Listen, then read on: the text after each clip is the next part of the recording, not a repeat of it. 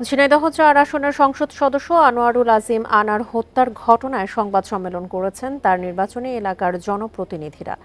সকালে উপজেলার ভূষণ high school মাঠে সংবাদ সম্মেলন অনুষ্ঠিত হয়। সংবাদ সম্মেলনে বক্তারা হত্যায় জড়িত সবাইকে শনাক্ত করে আইনের আওতায় আনার দাবি জানান।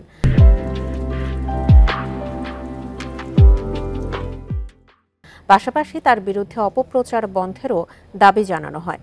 এ সময় ১৪টি ইউনিয়ন ও পৌরসভার চেয়ারম্যান, সদস্য এবং স্থানীয় আওয়ামী লীগের নেতাকর্মীরা উপস্থিত ছিলেন।